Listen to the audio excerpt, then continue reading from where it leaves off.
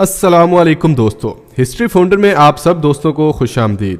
دوستو، آج کا ہمارا ٹاپک سلطان العارفین سلطان الفقر کے نام سے مشہور ہونے والے عظیم صوفی بزرگ سلطان باہو ہیں۔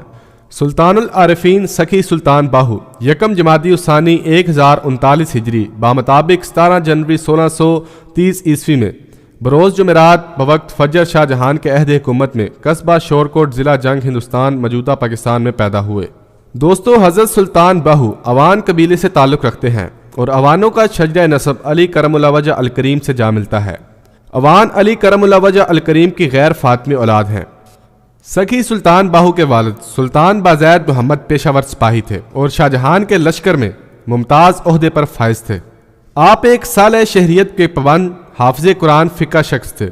سخی سلطان باہو کی والدہ بی بی راستی عارفہ کاملہ تھیں اور پاکیزگی اور پارسائی میں اپنے خاندان میں معروف تھیں۔ سخی سلطان باہو کی پیدائش سے قبل ہی بی بی راستی کو ان کے اعلیٰ مرتبے کی اطلاع دے دی گئی تھی اور ان کے مرتبہ فنافی ہو کے مطابق ان کا اسم گرامی باہو الہامن بتا دیا گیا تھا۔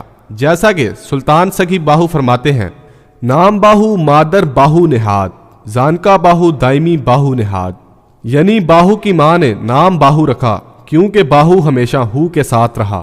سخی سلطان باہو پیدائشی ولی تھے۔ اوائل عمری میں ہی آپ واردات غیبی اور فتوحات لرابی میں مصروف رہتے تھے۔ آپ نے ابتدائی باطنی اور روحانی تربیت اپنی والدہ ماجدہ سے حاصل کی۔ آپ کی پیشانی نور حق سے اس قدر منور تھی کہ اگر کوئی کافر آپ کے مبارک چہرے پر نظر ڈالتا تو فوراً کلمہ پڑھ کر مسلمان ہو جاتا۔ آپ اپنی کتب میں فرماتے ہیں کہ میں 30 سال تک مرشد کی تلاش میں رہا مگر مجھے اپنے پائے کا مرشد نہ مل سکا۔ یہ اس لیے کہ آپ فقر کے اس اعلیٰ ترین مقام پر فائز تھے جہاں دوسروں کی رسائی بہت مشکل تھی۔ چنانچہ آپ اپنا ایک کشف اپنی کتب میں بیان فرماتے ہیں کہ ایک دن آپ دیدار الہی میں مصروف تھے کہ شور کوٹ کے انواع میں گھوم رہے تھے کہ اچانک ایک صاحب نور صاحب حشمت سوار نمودار ہوئے جنہوں نے اپنائیت سے آپ کو اپنے قریب کیا اور آگاہ کیا کہ میں علی ابن ابی طالب ہوں، اور پھر فرمایا کہ آج تم رسول اللہ صلی اللہ علیہ وآلہ وسلم کے دربار میں طلب کیے گئے ہو۔ پھر ایک لمحے میں آپ نے خود کو آقا پاک صلی اللہ علیہ وآلہ وسلم کی بارگاہ میں پایا۔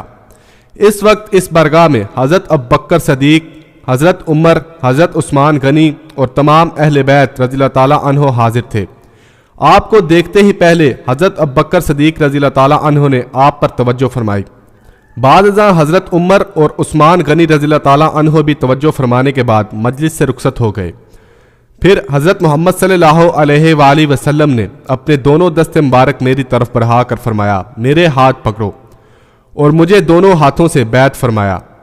بعد ازاں آقائے دو جہاں صلی اللہ علیہ وآلہ وسلم نے آپ کو غوث الاعظم شیخ عبد القادر جیلانی کے سپرد فرمایا۔ آپ فرماتے ہیں، جب فقر کے شاہسوار نے مجھ پر کرم کی نگاہ ڈالی تو ازل سے ابد تک کا تمام راستہ میں نے طے کر لیا۔ پھر عبد القادر جیلانی رحمت اللہ علیہ کے حکم پر سخی سلطان باہو نے دہلی میں عبد الرحمن جیلانی دہلوی کے ہاتھ پر ظاہری بیعت کی اور ایک ہی ملاقات میں فقر کی وراثت کی صورت میں اپنا ازلی نصیبہ ان سے حاصل کر لیا۔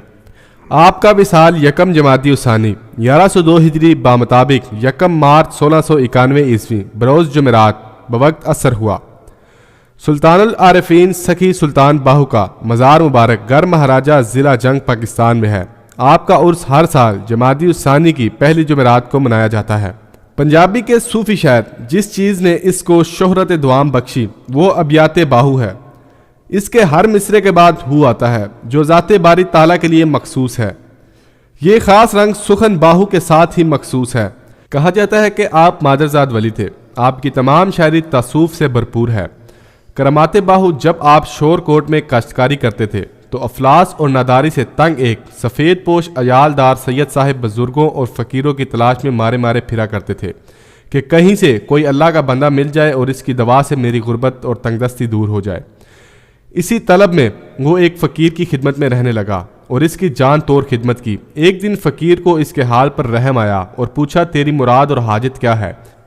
اس سید نے عرض کی کہ میرا بہت بھاری کنبہ ہے اور قرض بہت ہو گیا ہے، جوان لڑکیاں اور لڑکے ہیں، افلاس اور تنگ دستی کی وجہ سے ان کی شادی بھی نہیں کر سکتا، ظاہری اسباب ختم ہو چکے ہیں، اب تو غیبی مدد کے سوا میری تنگ دستی کا علاج ممکن نہیں ہے۔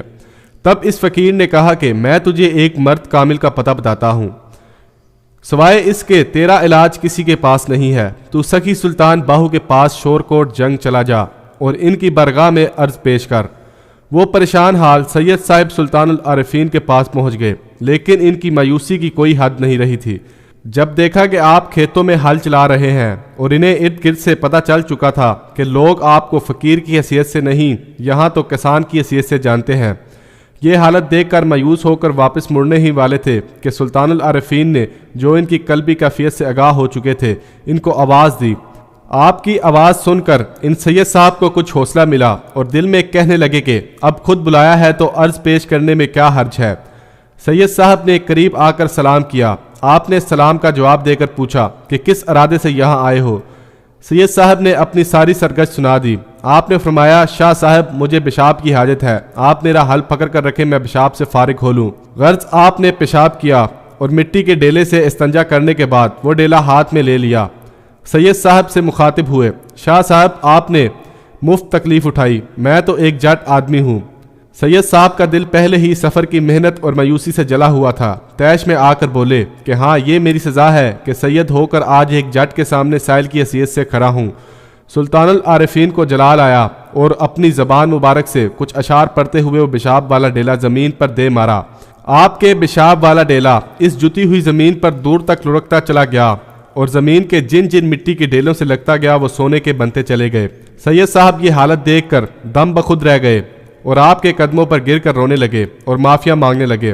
آپ نے فرمایا، شاہ صاحب یہ وقت رونے کا نہیں، یہ ڈیلے چپکے سے اٹھا لو اور چلتے بنو، ورنہ لوگوں کو پتہ لگ گیا تو نہ تیری خیر ہے اور نہ میری۔ چنانچہ اس سید صاحب نے ان سونے کے ڈیلوں کو جلدی سے اپنی چادر میں لپیٹ لیا اور آپ کے پاؤں چومتے ہوئے وہاں سے چل دیے۔ بچپن ہی میں آپ کے روحانی کمالات کے ظہور سے آئندہ زندگی کی تصویر نمایاں تھی۔ آپ اپنی والدہ ماجدہ قدس سرا کا دودھ رمضان المبارک میں سحری سے لے کر شام تک نہیں پیتے تھے، یعنی اپنے والدین کی طرح صائم رہتے تھے۔ جب دایا آپ کو سیر و تفریح کے لیے گھر سے باہر لے جاتی تو آپ کے نورانی چہرے کو دیکھ کر اکثر ہندو لوگ کلمہ طیبہ پڑھ لیتے تھے۔